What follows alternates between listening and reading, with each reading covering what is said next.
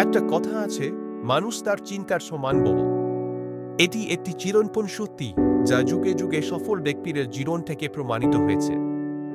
Napoleon hill তার বিখ্যাত বই থিঙ্ক অ্যান্ড গ্রো রিচে বলেছেন, মানুষ যা ভাবতে থাকে তার জীবন হয়ে ওঠে সেই ভাবনাগুলিরই প্রতিফলন। তাহলে বেশিরভাগ মানুষ কেন সফল হতে পারে না? তারা কি চিন্তা করে না, নাকি তারা নিজের সম্ভাবনাকে আবিষ্কার করে না? আজকের গল্পটি আপনাকে সেই প্রশ্নের উত্তর খুঁজতে সাহায্য করবে, তাই গল্পটি শেষ পর্যন্ত শুনুন। একবার একটি শহরের রেল স্টেশনে একটি ভিখারি থাকত। ওই ভিখারি সেখানে আসা ট্রেনগুলোতে যে সমস্ত যাত্রী বসে থাকত তাদের কাছে থেকে ভিক্ষা চেয়ে নিজের পেট চালাত। আর একদিন যখন ওই ভিখারি ভিক্ষা চাইতে যায়, তখন সে এক সুটবোর্ড পরে থাকা একটি ধনী মানুষকে দেখতে পায়। তখন ওই ভিখারি ভাবে, নিশ্চয়ই এই মানুষটি অনেক বেশি ধনী, আর আমি যদি এর কাছে থেকে ভিক্ষা চাই তাহলে আমাকে নিশ্চয়ই অনেক বেশি টাকা ভিক্ষা দেবে।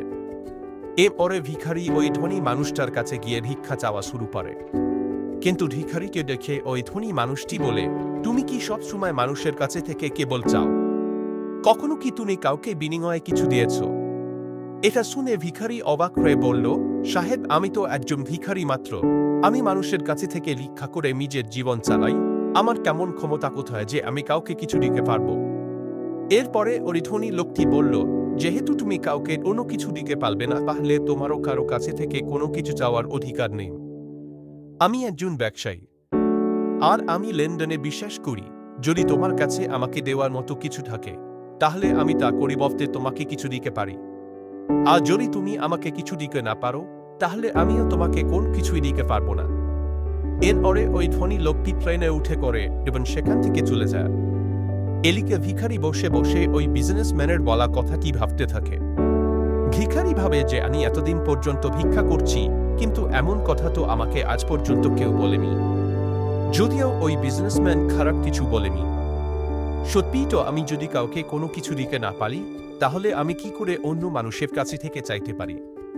আর এরপরে ওই ভিখারি ভাবে, হয়তো এই কারণেই মানুষজন আমাকে বেশি টাকা দিতে চায় না, কারণ ভিক্ষার পরিবর্তে আমি কোনো মানুষকেই কোনো কিছু দিতে পারি না।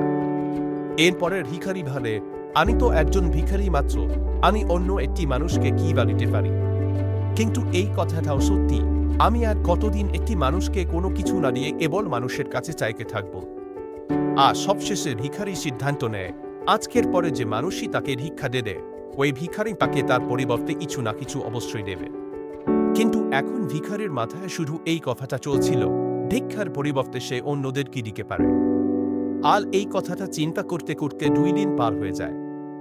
ওই 2 দিন পর্যন্ত ভিখারি কোনো রকমের ভিক্ষাও করেনি। দ্বিতীয় দিন যখন ওই ভিখারি স্টেশনে বসেছিল, তখন সে স্টেশনের ওপারে থাকা কিছু ফুল গাছ দেখতে পায়, যে গাছগুলোতে অনেক ফুল ফুটেছিল।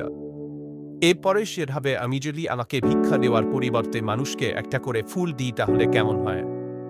এরপরে ভিখারি সিদ্ধান্ত নেয় যে সে আজ থেকে ভিক্ষার পরিবর্তে একটি করে ফুল দেবে, আর এটা ভেবে ওই ভিখারি কিছু ফুল সেখান থেকে ছিঁড়ে নেয়।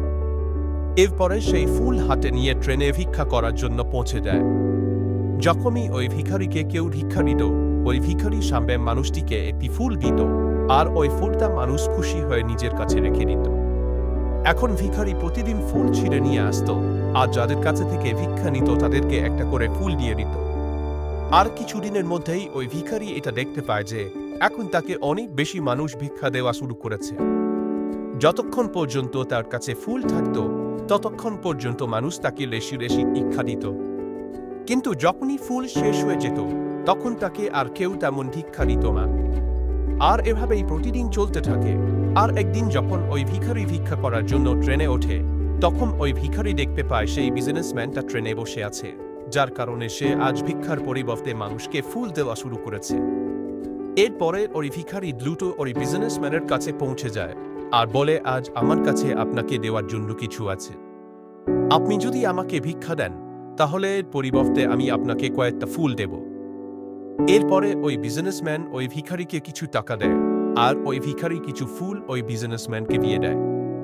ওই বিজনেসম্যানের কাছে ভিখারির এই বুদ্ধিটা খুবই ভালো লাগে, তাই তিনি বলেন, আজ তো তুমিও আমার মতো একটি বিজনেসম্যান হয়ে গেছো।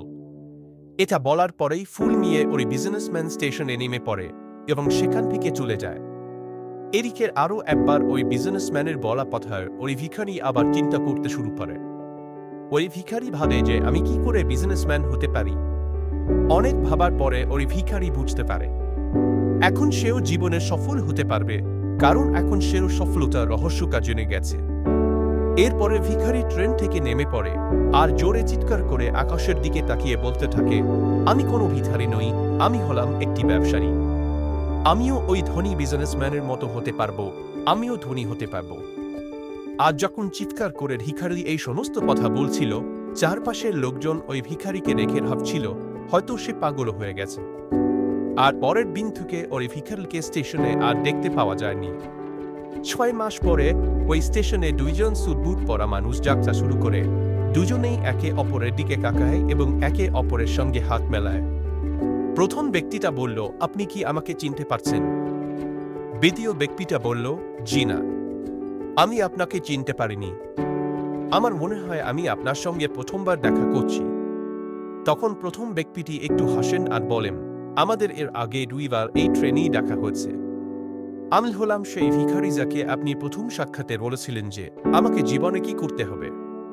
আর দ্বিতীয়বার যখন দেখা হয়েছিল তখন আপনি আমাকে বলেছিলেন যে আমি আসলে কে। এরপরে দ্বিতীয় ব্যক্তিটিও হেসে ফেলেন আর অবাক হয়ে বলেন, মনে করেছে, তুমি তো সেই ভিখারি যাকে আমি একবার ভিক্ষা দিতে মানা করেছিলাম। দ্বিতীয়বার আমি তোমার কাছে থেকে কিছু ফুল কিনেছিলাম, কিন্তু তুমি এই স্যুট বুট পরে কোথায় যাচ্ছ? আজকাল তুমি কি করছো? তখন ওই প্রথম ব্যক্তিটি বলে, হ্যাঁ, আমি হলাম সেই ভিখারি, কিন্তু আজ আমি ফুলের অনেক বড় একজন ব্যবসায়ী। ব্যবসার কারণেই আমি অন্য শহরে যাচ্ছি। এরপরে প্রথম ব্যক্তিটি কিছুক্ষণ চুপ থাকার পরে বলল, আপনি আমাকে প্রথম সাক্ষাতে যে কথাটা বলেছিলেন সেটা আসলে প্রকৃতির একটা নিয়ম। আমরা তখনই কোনো কিছু পাব যখন আমরা কোনো কিছু দিব। এটা খুব ভালোভাবে অনুভব করতে পেরেছিলাম, কিন্তু তারপরেও আমি সবসময় নিজেকে ভিখারি মনে করতাম। আর এর বাইরে আমি কখনোই কোনো কিছু চিন্তা করিনি। কিন্তু দ্বিতীয়বার যখন আপনার সঙ্গে আমার দেখা হয় তখন আপনি আমাকে বলেছিলেন আমিও একজন বিজনেসম্যান হয়ে গেছি। আর তখন আমি এটা বুঝে নিয়েছিলাম যে মানুষ আমাকে একটু বেশি ভিক্ষা কেন দিচ্ছে, কারণ তারা আমাকে ভিক্ষা দিচ্ছিল না, বরং তারা ওই ফুলের মূল্য দিচ্ছিল। প্রকৃত মানুষ আমার ফুল কিনে নিচ্ছিল, কারণ এর থেকে সস্তায় তারা অন্য কোথাও ফুল পাবে না। যদিও আমি মানুষের চোখে একটি ছোট ব্যবসায়ী ছিলাম, কিন্তু নিজের চোখে তখনও একটি ভিখারি ছিলাম। তার আপনার বলার পরেই আমি বুঝতে পারি যে আমিও একজন ছোট ব্যবসায়ী। এরপরে আমার জমানো টাকা দিয়ে আমি অনেক ফুল কিনে নিই আর ফুলের ব্যবসা করা শুরু করে দিই।